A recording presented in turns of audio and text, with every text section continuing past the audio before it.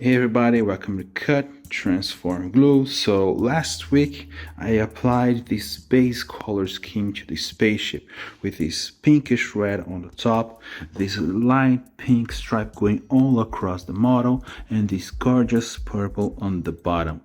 Now my goal for this week is to get as close as possible to the finish line with this one, and although I really love this race car look it currently has, I want to break this down just a little bit so it looks more like a spaceship. So I'm gonna use the same colors I applied for the base color scheme, and I'll create some different shades of each one, and I'll go applying over the top of what I have right now, creating some panel lines. Then I'll do some chipping and adding layer by layer, just like I did on the Spider Combat Robot.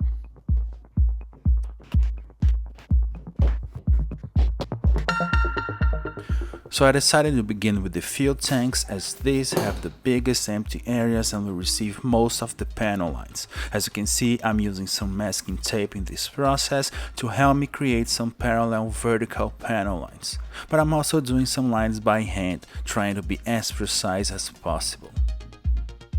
Then I mix a bunch of different shades of the base colors, making darker and lighter tones.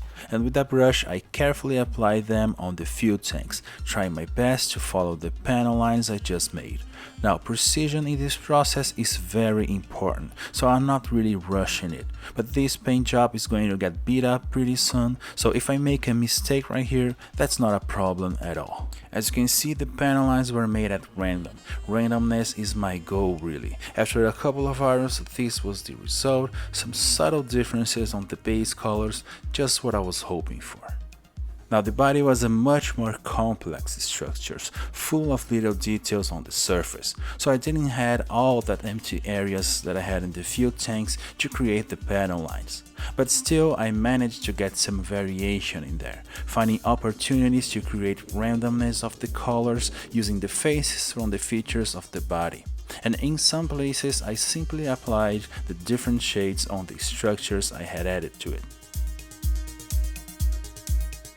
Okay, so this right here is the result. As you can see, not a huge difference. It's more like a subtle effect with the different shades of the colors and the panel lines, but I really liked the result. It kind of breaks down the perfection of the paint job. This is a spaceship, so it needs to be a bit weird and beat up. So yeah, I like the result right there. Now I'm anxious to start scratching the surface, do the chipping and go for the wash, but before I do that I have a couple of things that I need to work on first. First one being the numbers. I gotta add the numbers on both fuel tanks on the outside, and I also gotta paint the structural reinforcement pieces, these beautiful pieces right here. But I decided to begin with the numbers, and here's a quick trick. If you need to take a measurement from a curved surface, a ruler is not gonna do it. You can simply use a masking tape, stick it to the surface and mark the gap, and then you take a measurement from the masking tape. Much easier and much more precise. Now for the numbers, I was thinking of using some 3D printed mask, as I did in some projects in the past, but I realized that the number I chose was too simple, so I decided to go with the masking tape instead. I carefully laid some masking tape on the cutting mat, drew the numbers using a roller, and did my best to keep the cuts parallel. Then I positioned the mask on the fuel tank, using the pink stripe as a guide, and I applied a coat of glossy varnish to avoid leaking, just as many of you suggested. Then I carefully removed the mask, and I'm being as careful as possible because I'm lazy and I want to reutilize the same mask for the other fuel tank, and I still got some leaks, as you can see right here. Now even though I reutilized the same masking tape on the other fuel tank, I got minor leaks, so yeah, I was happy with it. Now I don't know what happened, I probably went into a flow state and I completely forgot to show the process of the outline, where I simply reutilized the number that I removed from the main mask. Okay, so I made the numbers on both wings and I decided to go with the number 11. There's a specific reason for the number 11 and I'm curious to hear your theories about it. But anyways, I made the numbers on both wings and I painted the structural reinforcement pieces. I went with the warm white on these pieces right here, but in the connection point to the wings I kept going with the pink from the pink stripe it has going on. Now to make the chipping on the paint job, I'm gonna keep it assembled like this, so I don't chip areas where it doesn't make much sense. Like for instance, there should be no chipping right here because almost nothing can reach inside right here. So yeah, I'm keeping the Race Spaceship assembled like this, so it kind of guides me on the chipping process. Now, what I meant really is that the chipping should make sense and add to the narrative of the model. You can for sure just do it at random and all across the model, but I prefer to try my best to create marks and chip the paint where it feels natural and realistic. This is why I never use techniques like the salt chipping that, although looks very precise, would give me an overall chip. So yeah, when I'm chipping my paint, I'm constantly thinking of what was the cause of that chipping, what type of damage that is.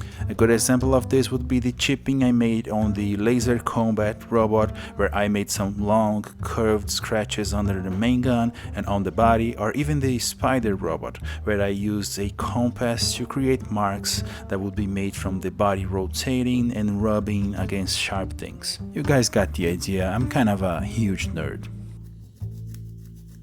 Okay, so I've added scratches all over the spaceship, and to be honest, I think I went like harder than I was expecting with the scratches, which is totally predictable. I love a beat up machine look. Now I'll go for a quick wash, and if I need, I can go back to the chipping and add more chipping here and there. But yeah, I'll go for the wash right now, and we'll see how that looks at the end of it.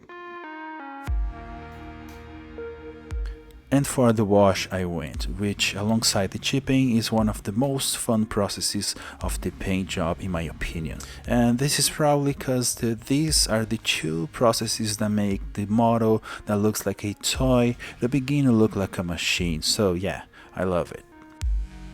Now the wash paint, which by the way was made using acrylic paint, is not only going to get on the nooks and crannies of the model, but also is going to catch on the panel lines that I did previously using the X-Acto knife, making them more visible and revealing the geometry of the model. Not only that, as you can see, I went with this brown color for the wash, and this is going to change the color scheme of the entire ship. It is going to make the whole thing more warmer, which is my idea from the beginning.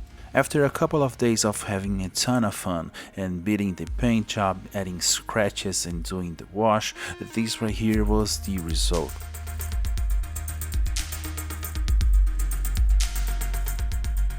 But this is how far I was able to get this week, so subscribe to the channel so you don't miss the next episode, probably the final one, and as always, thanks for watching.